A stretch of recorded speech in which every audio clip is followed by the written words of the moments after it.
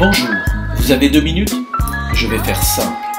Transurfing est un modèle comportemental de réalisation de soi, inspiré des compréhensions de la physique quantique, qui nous apprend comment nous comporter pour diriger la réalité. Et pour ce faire, ce modèle nous donne une carte du monde explicite et des règles du jeu claires, mais au final, vous savez très bien que c'est vous qui déciderez de ce que vous voulez en faire. Pour poursuivre le voyage dans cette série de vidéos podcasts qui s'inspire des 78 jours de Transurfing, avec l'apport aussi de l'ensemble de l'œuvre de son auteur Vadim Zeland, entrons maintenant justement dans cette fameuse carte du monde qui est posée sur la table et occupons-nous de votre travail du jour, le monde miroir. Sans vous en rendre compte et jusqu'à ce que vous vous posiez la question, il se passe parfois que vous ressentiez un sentiment étrange, une sensation vague et diffuse. Vous vous sentez perdu. C'est comme si le disque dur de votre esprit, plus particulièrement de votre raison, ne s'était pas réenclenché. Un peu comme une batterie stop and go des voitures modernes actuelles qui ne redémarrerait pas votre véhicule et vous laisserait là en plan au feu rouge. Il vous arrive parfois de ne plus savoir où vous êtes, qui vous êtes, comme si l'espace d'un instant, le monde prenait une autre teinte, plus floue, moins nette. Sur le moment, vous réussissez pourtant à continuer à marcher, à aller vers un endroit de la maison, ou du jardin, ou peu importe, mais avec la sensation que vous êtes là sans être là. Puis le disque dur se réenclenche, et tout vous revient subitement. Pendant ce temps-là, d'absence, dirait-on, le monde a continué à fonctionner, sans vous. Où étiez-vous alors? Ici ou là-bas? Et ce là-bas, qu'est-ce? Savez-vous que vous avez accès à 2 facettes du monde? L'extérieur et l'intérieur.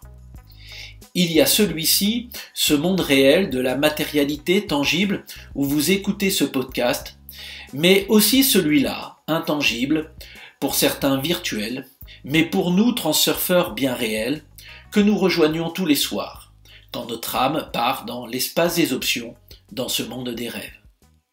Ici et là-bas, c'est la même chose, sans l'être.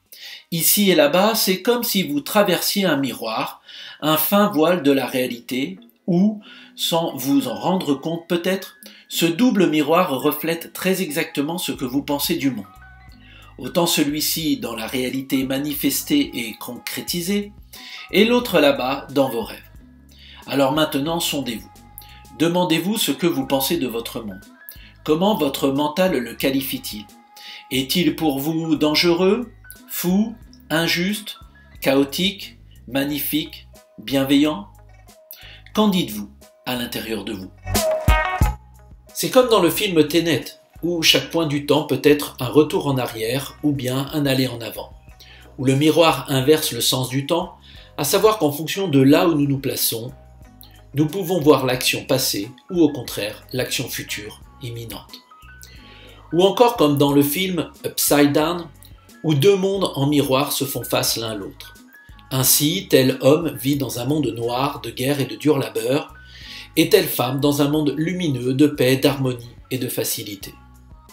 Vous recevez, dans votre monde, toujours très exactement, soit ce dont vous ne voulez absolument pas activement, mais à contrario, possiblement aussi, ce que vous voulez, et heureusement.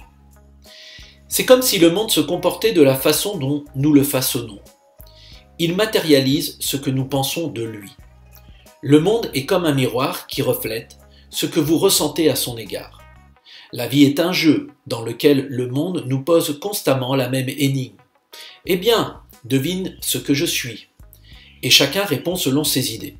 Tu es agressif, tu es douillet, ou encore tu es drôle, morose, amical, hostile, heureux, malheureux. Mais ce qui est intéressant, c'est que tout le monde gagne dans ce jeu. Le monde est toujours d'accord et nous apparaît à chacun sous la forme et avec le costume qui ont été commandés. Alors maintenant, que pensez-vous de votre monde? Comprenez bien le propos de ce podcast qui n'est pas si simple. Si vous êtes convaincu que tout ce qu'il y a de mieux dans ce monde est déjà épuisé, alors vous ne verrez que des étagères vides. Si vous pensez que pour obtenir tel ou tel produit, quel qu'il soit, il faut faire la queue et le payer très cher, alors c'est ce qui se passera aussi. Si vos espérances sont pessimistes et remplies de doutes, elles ont de fortes chances de se réaliser. Et si vous vous attendez à rencontrer un environnement hostile, ces suppositions se réaliseront. Cependant, si vous pensez que votre monde a gardé le meilleur pour vous, cela se réalisera également d'une certaine manière. La nature multi-optionnelle du monde est une de ses caractéristiques les plus fondamentales. Les physiciens quantiques ont très largement démontré cela. La proposition de Transurfing consiste en une approche complètement différente de votre vision habituelle du monde et de son fonctionnement. C'est une réalité qui se manifeste dans toute sa diversité parce que, justement, le nombre d'options est infini, et donc que la variété de ces manifestations est illimitée. Vous l'avez bien deviné, le miroir du monde est toujours d'accord avec vous. Comme un fidèle ami avec qui vous faites les courses dans un grand magasin de vêtements, il est toujours d'accord pour essayer tel ou tel habit. La seule chose qui se passe est que vos choix sont toujours réalisés. Ce que vous choisissez, c'est ce que vous recevez. Le monde reflète toujours votre attitude à son égard, comme un miroir. Alors, quel est votre choix maintenant?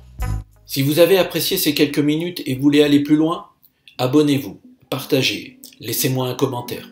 Si vous avez kiffé ce sujet et quel que soit le réseau sur lequel vous voyez cette vidéo, laissez un cœur, un like ou un pouce. Et n'oubliez pas d'activer la cloche comme vous savez le faire.